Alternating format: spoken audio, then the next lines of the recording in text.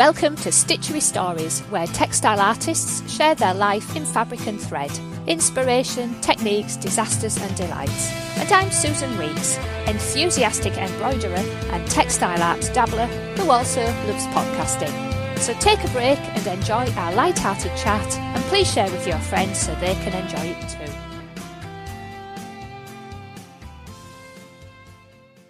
Hello and welcome to Stitchery Stories, where today we welcome Alison Larkin. Alison is an embroiderer and costume historian, and after 30 years of teaching biology, mostly to adults, Alison left teaching in 2013 to work full-time in embroidery and costume, and she still pinches herself sometimes. She specialises in historical hand embroidery techniques and costume making, and her particular interest is the use of embroidery on dress for both men and women in the 18th century. Alison works from her studio at home in Hull, lecturing and running classes, as well as stitching and doing academic research in the history of embroidery. During 2014-2015, Alison worked on a project to create a replica of a waistcoat made for Captain James Cook by his wife during the 1770s. It was an unfinished due to Captain Cook's death in Hawaii in 1779. So the replica was finished so that we can all see what it might have looked like if he had come home to wear it. Alison has also made other replica items as well as costume items for herself. So welcome, Alison. Thank you. That's Alison's official bio. Just to let you know that I actually met Alison back in 2013 when I joined the Hull and East Riding branch of the Embroiderers Guild. And Alison's the chairman of that merry band of stitchers. So no doubt we'll be referencing some of the mad projects that we get up to there. We're definitely trying to change the reputation of embroidery a bit. Don't you think, Alison? Definitely. Yes, it doesn't always have good press. So before we actually get started into your stitchery stories, would you like to share with us what you're working on at the moment? You know, what's got you excited? What are you working on? As usual, I've got about 4 projects on the go, because I never have just one. It's boring, that. One of the ones that I'm really enjoying at the moment is I'm doing another replica waistcoat. I've just got started on that, and it's another one of Captain Cook's waistcoats, which is rather fun. Excellent. And is that the one that you went to see recently in New Zealand? That's the one, yes. I went over there and spent a day and a half in the Te Papa Tongarewa Museum in Wellington, in one of the back rooms, looking at it and photographing it and tracing the embroidery design and things. And it was absolutely amazing. It's great to get up close and personal with such a historic item. I mean, this thing's nearly 250 years old.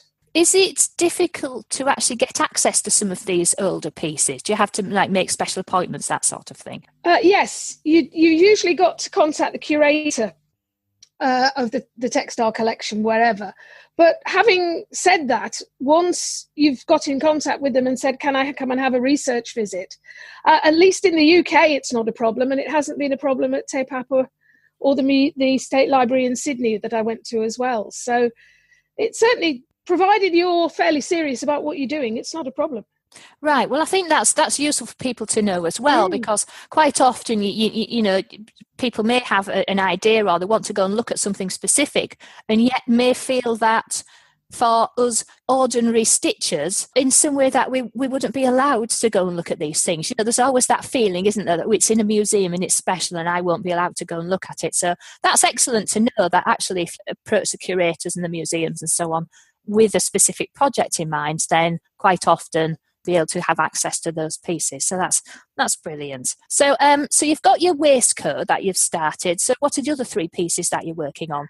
Oh gosh, well, I've got one piece which was inspired by the Opus Anglicanum exhibition at the V&A over the new year. I do lecturing as well, and one of the things I've been doing is putting together is a lecture about Opus Anglicanum. And I thought that it would be handy to have an example to show them. Right. What it really looks like. But there's no way I could have afforded to buy an original. I mean, my God. So I thought, well, I better make a piece. So I've got a little piece of Opus Anglicanum that's on the go. Right. That's almost finished. Yeah. was just actually going to ask. So, Opus Anglicanum, I've heard the name, and I know there was the exhibition, and I have seen a super book for the exhibition. But would you just like to share quickly what that is? Obviously, a style of embroidery. Yes, Opus Anglicanum just means English work in Latin. It was the embroidery that was done in England, particularly during the 13th, 14th, early 15th century. And it's particularly, what's left of it is particularly church stuff, coats and chasubles and things like that. They probably did do it on clothing as well, at least for the royalty and nobility and things like that. But most of those have gone. Right. So what we have left is church embroidery, but it's 800 years old and absolutely gorgeous. Yes, well, I was going to say, no wonder you say we can't afford any. There won't be any. There's none about, really, will there? So the museums have got it all anyway. So museums and churches. Yeah, excellent. So that's your Opus Anglicanum, and you've any two other things you were talking about as well. Oh well, yes. One of them is it's a map sampler that I'm working on for a competition for the Embroiderers Guild region. In the meeting's in June, so I'm working on a map of the Humber as it might have been in the 18th century. Right. And then the other one I'm just getting started on is that my niece is getting married in September, and guess who's making the wedding dress? Oh yes, that's Gemma's wedding dress. Yes, that's the one. I was wondering where that would fit into everything. Just getting started on it. Fantastic. Okay then, Alison, so those are some of the things that you're working on at the moment. From your bio there, 30 years teaching in biology. And so how did you actually first get interested in embroidery and textile art? Who taught you? How did you get started? Well, it sounds slightly strange, but I can't remember first learning to sew. I think I seem to have been doing craft stuff and needlework stuff most of my life. Right. I think my gran taught me some, and my mum taught me dressmaking quite early on. So by the time I was about 10, I was making summer cotton frocks and things for myself. Right, yeah, sounds very similar to me actually. And to be quite honest, I can't ever really remember anyone teaching me. Obviously, there's been some learning somewhere, but it feels as if I've just kind of mutated into being able to do sewing. But I don't know why or how either. Because my mum can sew, so obviously she has taught me, but I'm too young to realise and remember. So, right. I think that's it. You sort of pick it up by osmosis. Yes. And I've done quite a lot from books. So I've never actually done any formal qualifications in either needlework or embroidery. In that sense, I'm self-taught. I've been to a few workshops through the Embroiderers Guild and things like that. But yes, otherwise, it's osmosis, I think. Mm-hmm. And so you're doing a bit of dressmaking and so on. What about actual embroidery? Can you remember doing any particular pieces? Well, I did do a christening robe when Gemma was born. Right. I embroidered her christening robe, which is nearly 25 years ago. Mm-hmm. And I've done various little bits and pieces and kits and cross-stitch and stuff like that. And then I suppose it's going to be about 25 years ago, I started moving more into doing other forms of embroidery rather than cross-stitch. Right, okay. So was that the start of your path to doing it full time now? Was that your dream while you were doing your biology, was thinking, oh, actually, really, what I'd really rather be doing is my embroidery work? Not quite, actually. Yeah. More a case of the embroidery was what kept me sane amongst all the hassles of teaching. It was something to do at the weekends and in the evenings to relax a bit. Right. And I suppose about 10 years ago, I started to get a bit more serious about it. And then, no, maybe a little bit more, maybe about 14 years ago, something like that. And then when the college that I worked at was beginning to offer redundancies because they were downsizing a bit, mm-hmm. I sort of looked at it and thought, ooh, I wonder if I could manage that. Right. Could I make something full-time out of the embroidery? Right, yes. And I hung around long enough to get to the point where I could take my pension at 55, so that it doesn't really matter if I don't make vast amounts of money from the embroidery. It would be nice if I can, mm-hmm. but I'm living off the pension and enjoying myself. That's why I pinch myself. It's crazy. to be able to do this all the time.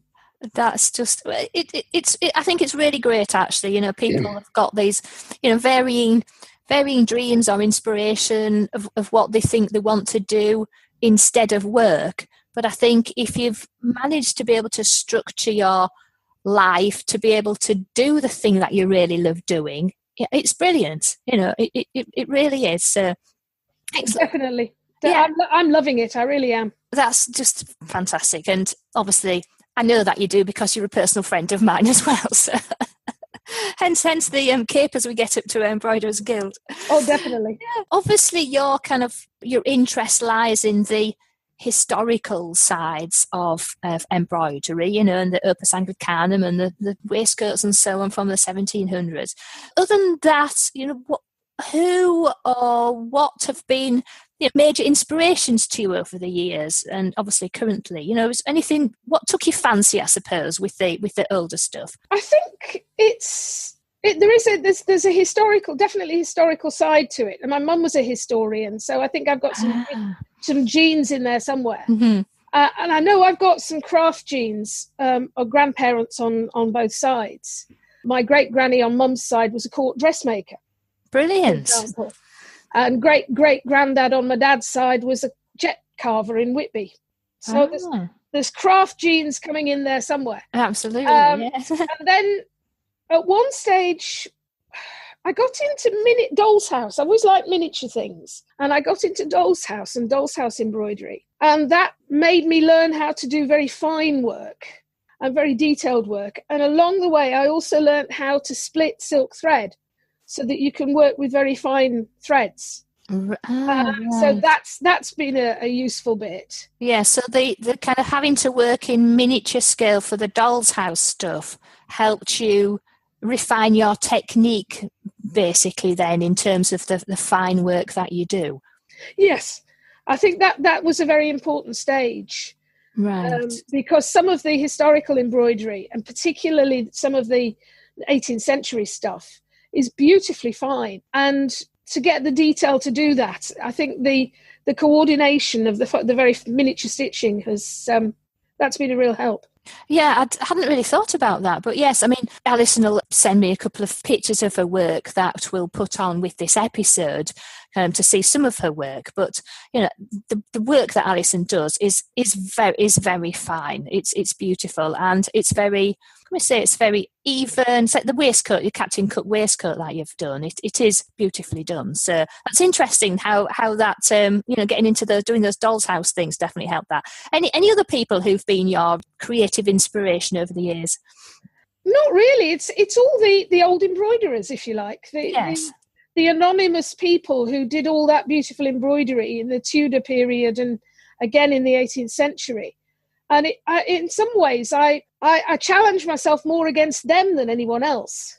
Can I actually reproduce some of the stuff that you see on these old embroideries? And that's a really interesting point, because, in theory, we've got things that they didn't have, like electric light and our super portable LED light, so we can actually see, and glasses, so we can actually see what we're doing, all the rest of it. So you were also involved in, what was that? Was it the ladies magazine? Right. Yes, because that was an interesting project, going back to that idea of those anonymous lady embroiderers who have disappeared into history but did some really interesting things. And I thought that was nice from that magazine project that you're involved with. Yes, that was part of a project at the University of Kent, in fact. There's a group of researchers there in the English department, and they're looking at the Ladies Magazine, which was a journal that was published monthly from, I think it was about 1770 through to about 1830. When they were doing the research on that particular journal, so a lady offered Jenny Batchelor, who's the lead there, some old issues, half a year's worth of copies that she'd found somewhere. And when Jenny got hold of them, she realised they'd actually got the embroidery patterns in there. They used to do an embroidery pattern every month, but most of them are lost because the whole idea was to take them out and use them. Exactly, yes, that's true. So these patterns, which are, I think they were from 1795, and they're wonderful because they're genuine 18th century patterns. And it's wonderful to see what particularly the amateur embroiderers of the time were using. Now, I think that's really interesting. I'll have to bring them to a meeting actually. I have this big package of the transfers, embroidery transfers from, I think it was called Good Needlework Women magazine or something like that, these were all from about 1920, 1930, those kind of dates. And when I was a child, these fascinated me just because of the simple drawings. It was the crinoline lady and those little cottages and so on. There was lots of those. Right. Let's embroider some tea cloths and towels and that sort of thing.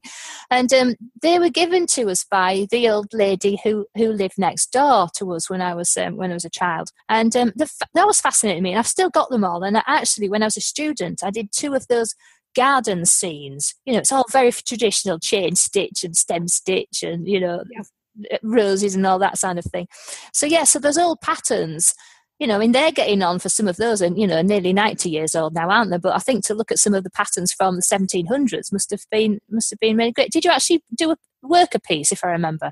I've done a couple of pieces. I did one in Dresden work, which is some white work. Yes. And then I have another piece that I'm still working on, actually. Mm-hmm. Like I said, I've always got lots on the go. Yeah.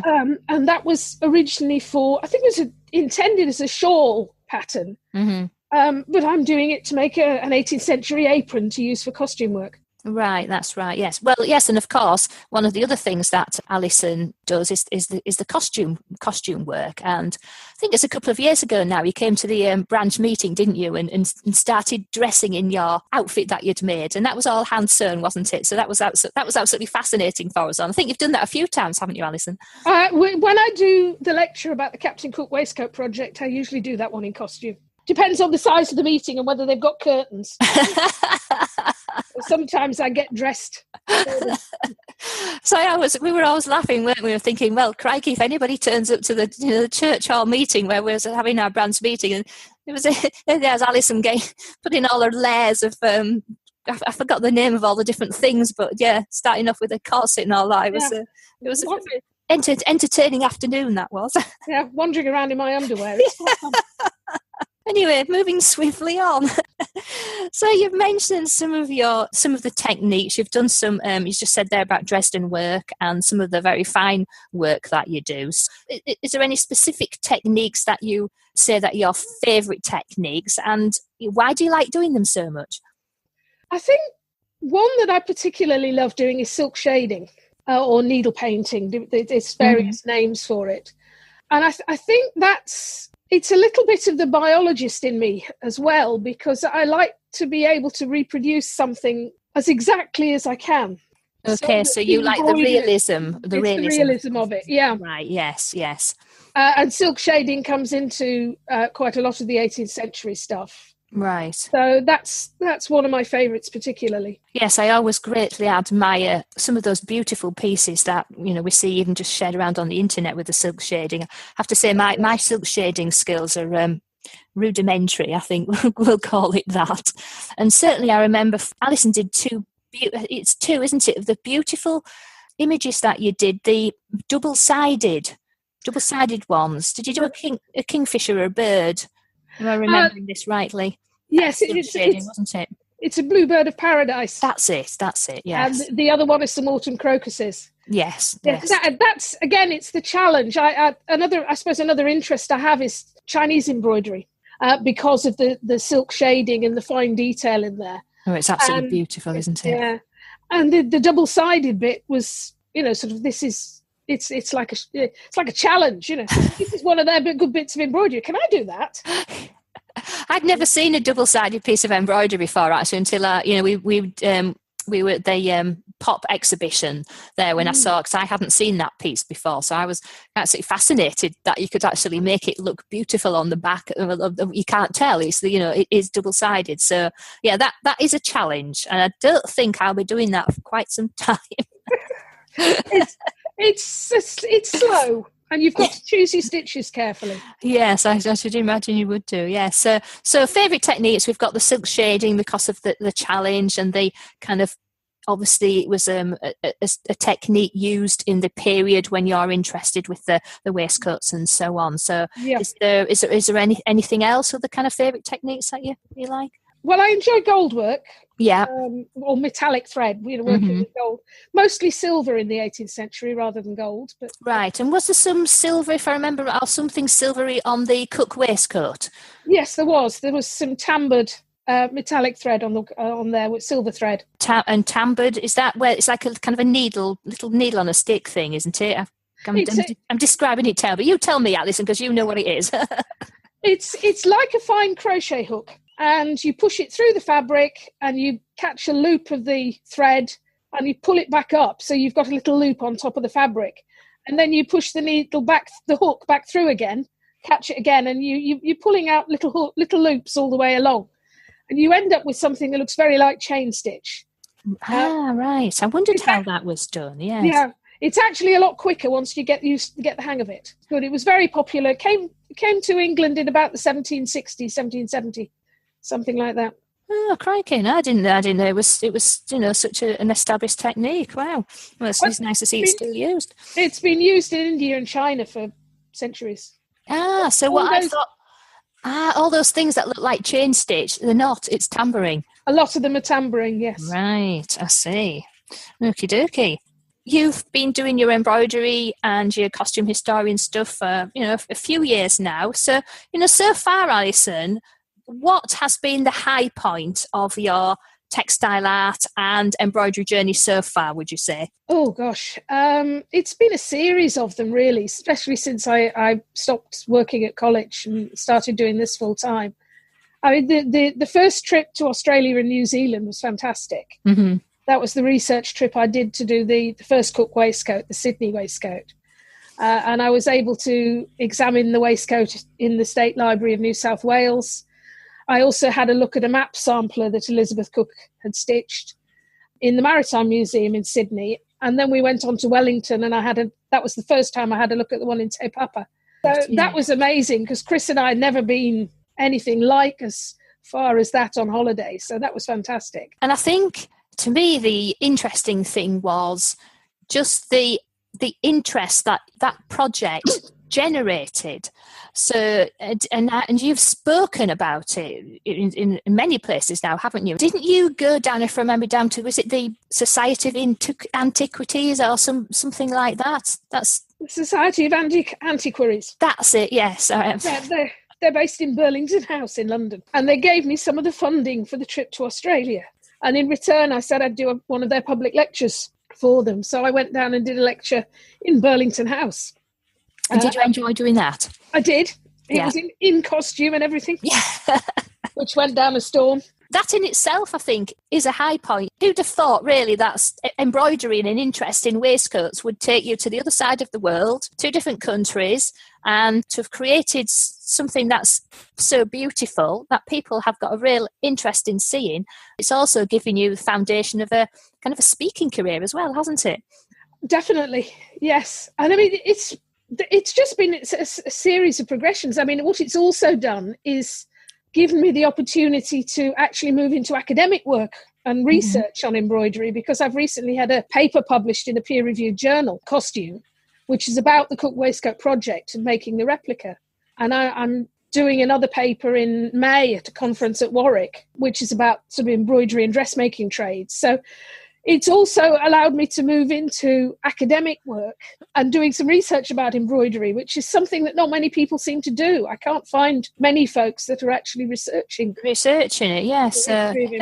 No, I think that's absolutely fantastic. And obviously recently you did your second trip over to New Zealand, didn't you, to go and start that particular project off as well? Yes, and I was able to do a couple of lectures while I was out there as well, which was great. So brilliant. I'm maybe trying to build up a bit of a reputation lecturing down there as well, which would be fun. Yes, absolutely. Yeah, you have to put your expenses clear in, won't you? Yeah, well, they did pay me for them, but not the airfare. Yes. No, that's pushing it a bit too much, isn't it, really? Just a bit, yeah.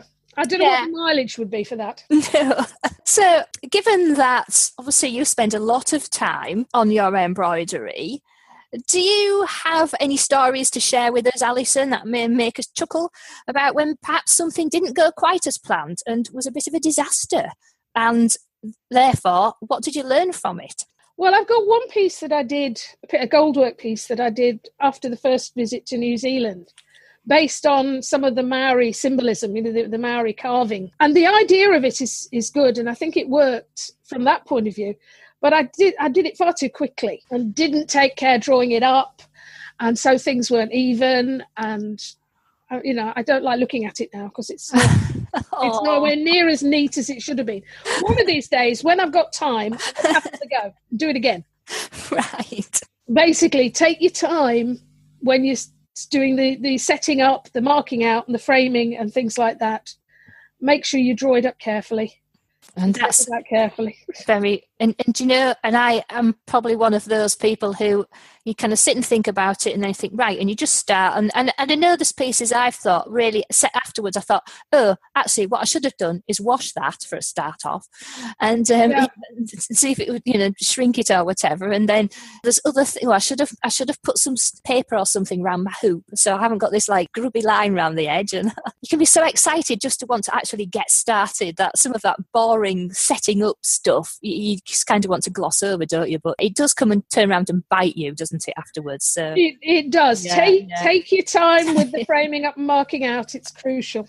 Absolutely. So, have you ever heard of the saying, beware of long-distant elephants? So those are the projects that seem so far away when you agree to do them, but they slowly creep up on you and suddenly they're looming large and you've run out of time. Like wedding dresses.